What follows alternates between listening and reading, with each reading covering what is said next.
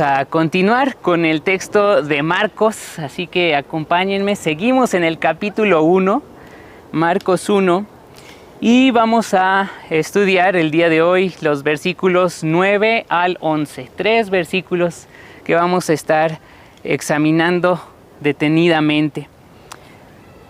Dios Padre, te alabamos, te bendecimos, te damos las gracias, Señor, por esta mañana, por esta oportunidad que nos das de reunirnos en tu nombre aquí en medio de la naturaleza, disfrutar de este clima, Señor. Y te doy gracias por la vida de cada uno de mis hermanos, hermanas que están aquí con nosotros. Te pido, Señor, que tú suplas para sus necesidades, que tú les guardes, les sustentes, les des la salud que necesitan, Señor, por aquellos también que no han podido acompañarnos el día de hoy. Sé con ellos y guárdales. Señor, que podamos examinar tu palabra, entenderla, danos un corazón dispuesto a poner en práctica lo que aprendamos, Señor. Y te alabamos y te bendecimos en el nombre de Cristo Jesús y por tu Espíritu Santo. Amén.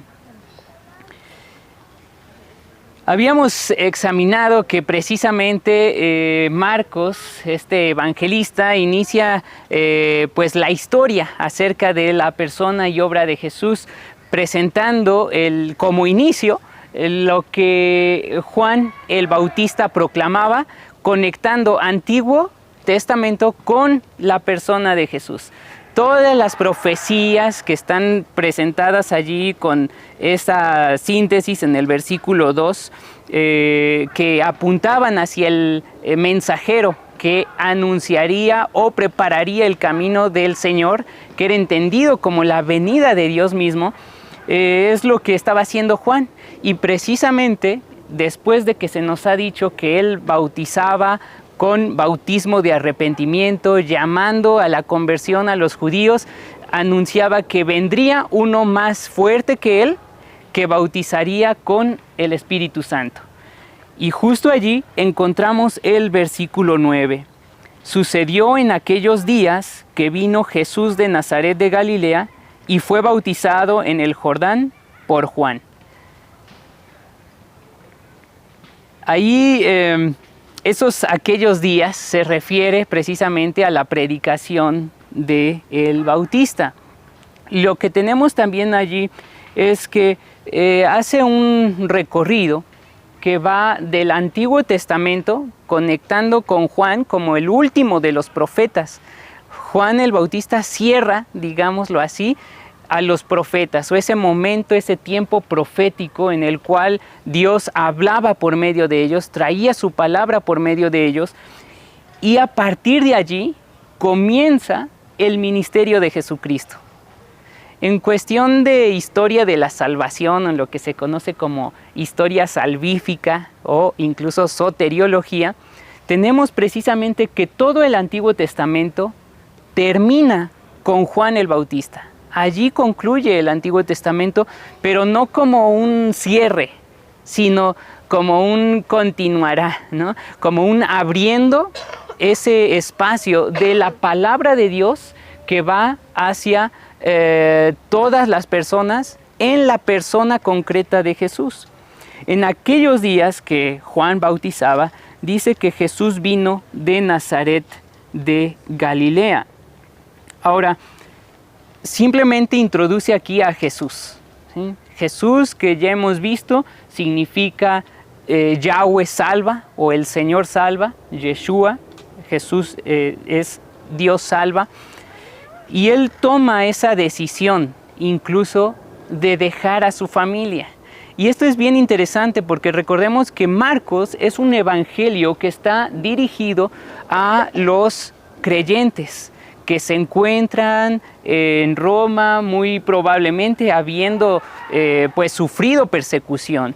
Y entonces aquí lo que está manifestando también es que ese inicio de discipulado, ese comienzo de seguir a Jesús, implica dejar familia, dejar el entorno en el cual uno vive. Jesús mismo toma esa decisión, deja a su familia, deja su lugar de nacimiento, deja ese ámbito familiar para comenzar su ministerio. y viene de Nazaret de Galilea. El autor tiene que especificar que ese pueblito es de Galilea. Nazaret no figuraba en los mapas, podríamos decirlo así. No es mencionado Nazaret en todo el Antiguo Testamento. Entonces era una zona, un pobladito muy pequeño, y por eso especifica de Galilea, que se encontraba al norte de Jerusalén. Y este lugar era una región conocida, Galilea, por ser una zona de dificultades sociales. Era una zona belicosa. De ahí surgían los revolucionarios, ¿sí? Era bien conocida, así como aquí en México, pensemos por ejemplo en Guerrero, Chiapas, ¿no? De donde se levantan pues los revolucionarios, ¿sí? Galilea era esa zona. De allí habían surgido precisamente los celotes, que eran este grupo de judíos revolucionarios que incluso consideraban el levantamiento en armas como una vocación de parte de Dios, ¿sí? Ellos tenían idea de hacer guerra en contra del imperio, utilizando pequeños cuchillos, dagas, ¿no? Para asesinar y hacer un tipo de terrorismo, ¿sí? Asesinaban soldados, asesinaban a personas que eran comerciantes, obviamente favorables al imperio, para tratar de causar un levantamiento en armas. Entonces, Galilea era conocido por ser ese tipo de semillero belicoso, ¿no? Y de allí llega Jesús de Nazaret. Y dice que fue bautizado en el Jordán por Juan. Habíamos visto que la proclamación de Juan era bautismo de arrepentimiento. Llamaba a la conversión a los judíos que, como vimos, salían de Jerusalén, donde se encontraba el templo mismo. Se salían de allí para ir al Jordán a ser bautizados, lo cual implicaba también un choque con la religiosidad o la religión establecida. Algo así podemos darnos cuenta nosotros de que no estamos en un templo como se acostumbra, ¿no? Era algo totalmente contrario a lo común. La gente salía de los templos para ir hacia el río Jordán y ser bautizados, y con ello chocaba entonces para decir: esa religiosidad con sus leyes, sus normas, sus sacrificios no es suficiente delante de Dios. Debe de haber un cambio en el corazón de las personas. Y era lo que anunciaba Juan. Pero Jesús no llega allí para recibir ese bautismo de arrepentimiento en el sentido de que pidiera perdón, ¿no? O hiciera esa conversión pública de sus pecados. No, llega allí para identificarse con su pueblo. Se identifica con aquellas personas que han pecado. Y esto también es algo que nosotros tenemos que considerar. Jesús se solidariza con los pecadores. Asume nuestra realidad. Y por ello es que es bautizado allí. Además, el bautismo, como vimos, es también símbolo de muerte. En el sentido de conversión, representaba el morir a nuestra vieja manera de vivir, de pecado, de injusticia, de impiedad. Pero también esa simbología de muerte al ser sumergido en el agua anunciaba la misma misión de Jesús, que Él llevaría a cabo cumpliendo el mandato de Dios Padre al morir en la cruz. Asume, por lo tanto, en el bautismo toda la realidad humana, la condición de pecado, y de igual manera anuncia su misión, que será culminada allí en la cruz, la muerte de cruz. Por lo tanto, también los discípulos deben iniciar su camino de seguimiento a Jesús allí mismo, en el bautismo. Por eso es que en la iglesia, desde muy temprano, prácticas que tenían establecidas era el bautismo. Por eso nosotros, quienes creemos en Jesucristo, procedemos a bautizarnos. Allí comienza el seguimiento. Por eso muchos, incluso aún dentro de la iglesia, le tienen temor a bautizarse. Porque saben bien que es un compromiso de hacer público. Ya no voy a vivir de la manera en la que antes vivía. Y ahora mi vida va a ser en seguimiento de Jesús. Va a mostrar que realmente pongo en práctica las enseñanzas de Jesús. Y hay hermanos, hermanas que pasan muchos años y prefieren no bautizarse. Porque ese es demasiado compromiso. Pero vemos aquí en el Evangelio que precisamente el camino de seguimiento de Jesús comienza con el bautismo. Y Jesús pone ese ejemplo.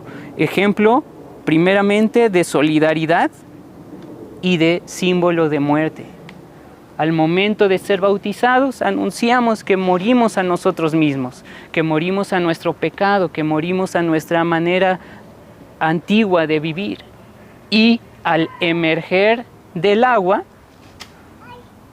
proclamamos también que vivimos ahora una nueva vida en Cristo.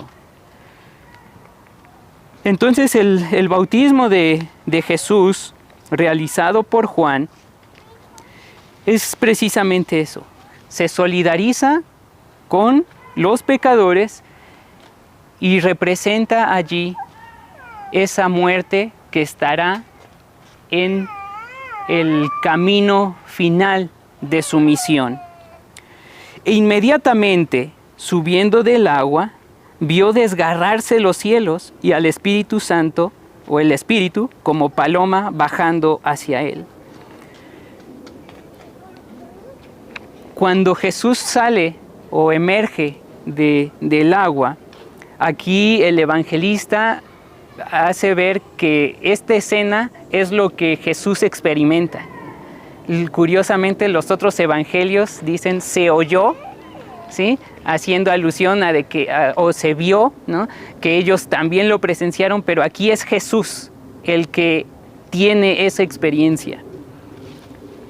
Dice que vio desgarrarse los cielos. Ahí Reina Valera y NBI lo traducen como vio abrirse los cielos, pero el verbo en griego esquizómenos es desgarrarse, ¿sí? Vio desgarrarse el cielo.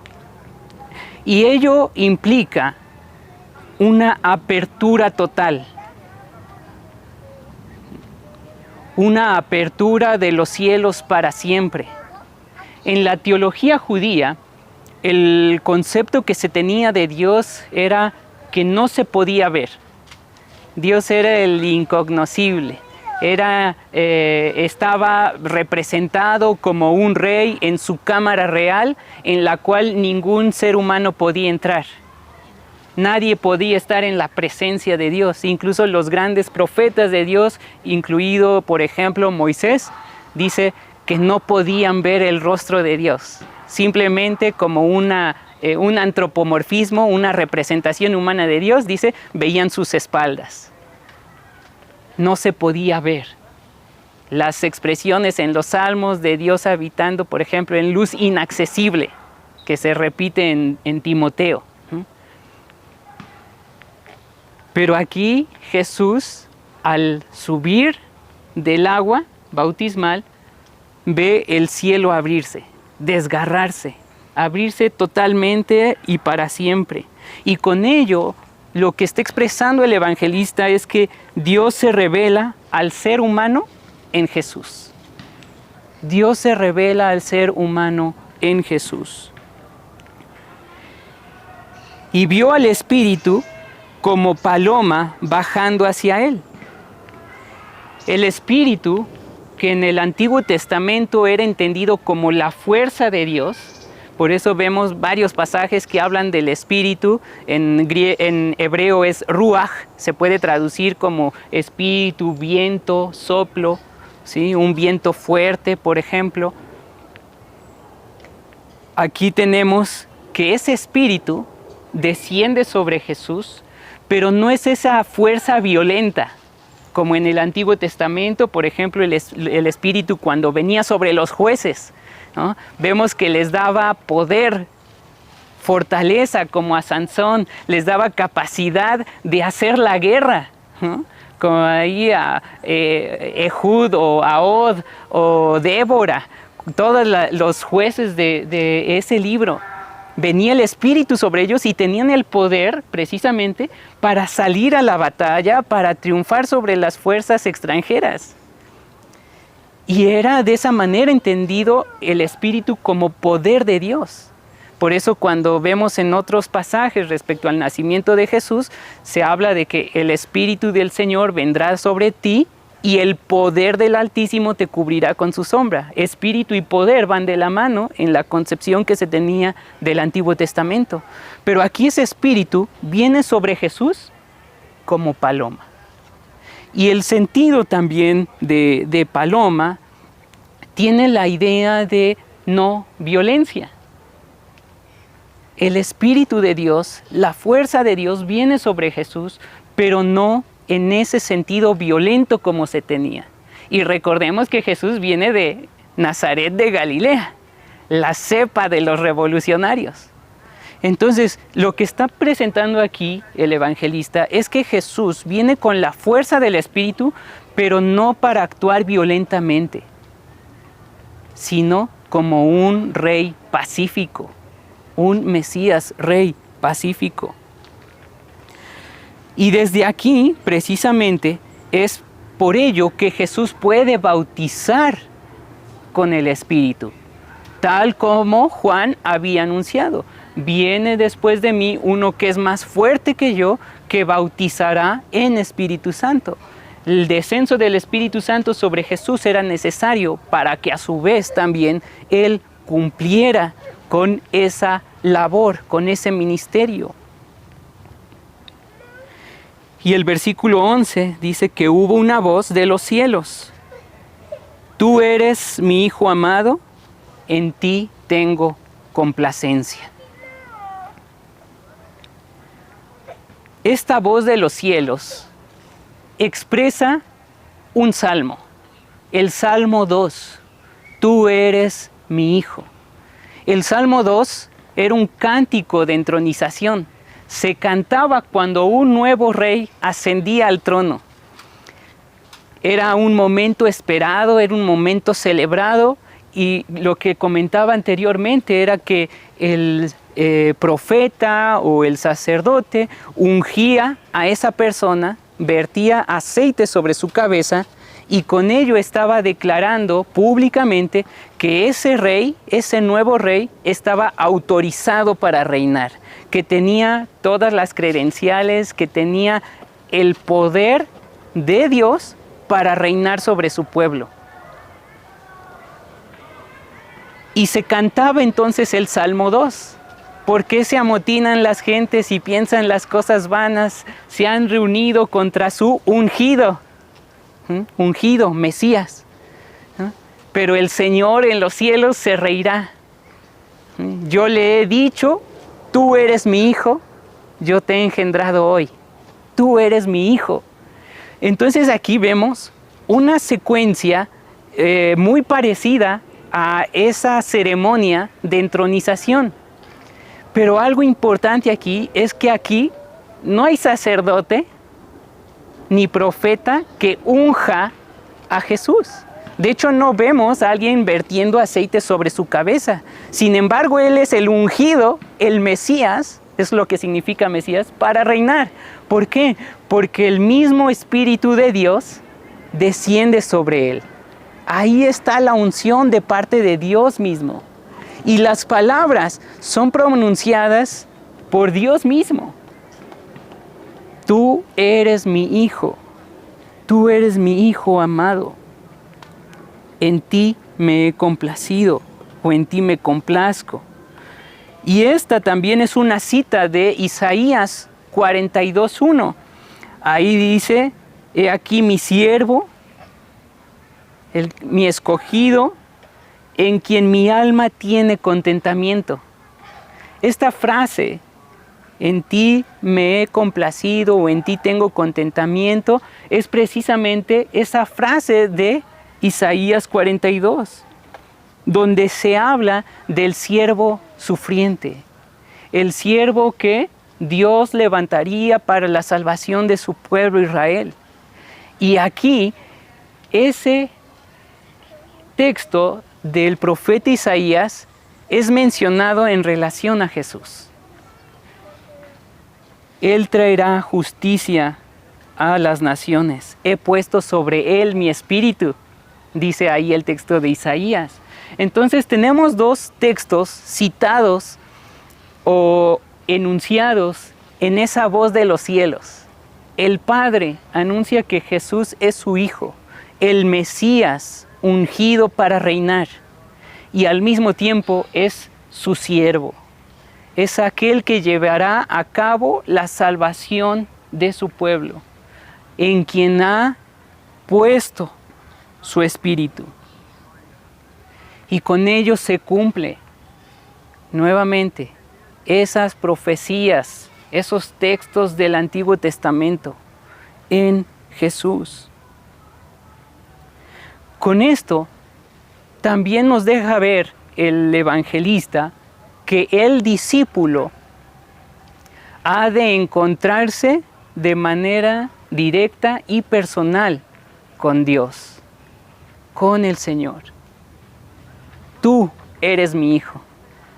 Las palabras que se escuchan de los cielos abiertos de parte del Padre es algo personal, orientado a Jesús. Tú eres mi Hijo amado.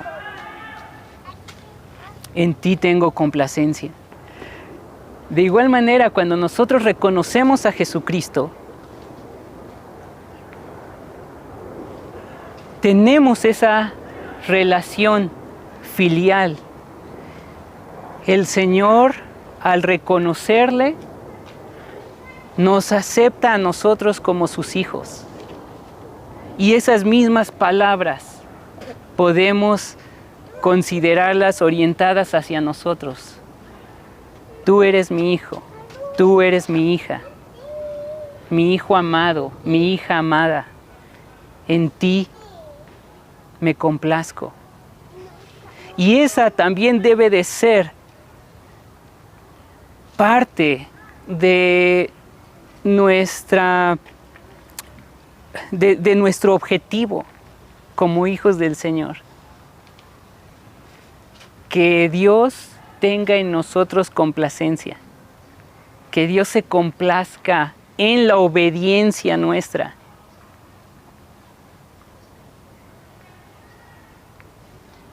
En esta porción, el evangelista termina de introducir su texto acerca de la persona de Jesús y nos muestra precisamente que Jesús viene a hacer un cambio total, un enfrentamiento con los poderes del mundo, con los gobernantes, con los líderes religiosos, pero lo va a hacer como el Rey de paz, anunciado también en el Antiguo Testamento.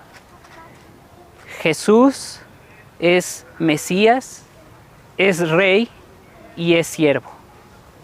Oremos. Dios Padre, te alabamos, te bendecimos, Señor, por tu palabra. Te agradecemos, Señor, por este tiempo.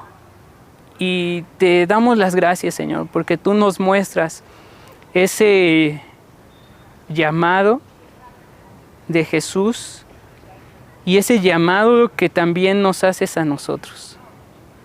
Señor, te pido por mis hermanos, hermanas, Señor, que también al reconocerte como Señor, quienes no lo han hecho, puedan tomar la decisión de bautizarse e iniciar ese camino de seguimiento.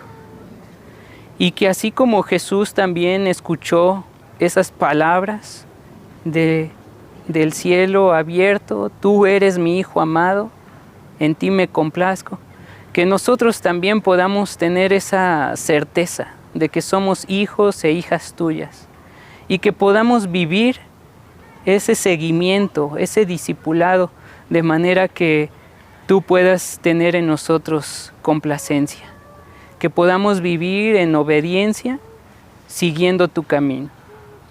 Te alabamos y te bendecimos en el nombre de Cristo Jesús y por tu Espíritu Santo. Amén.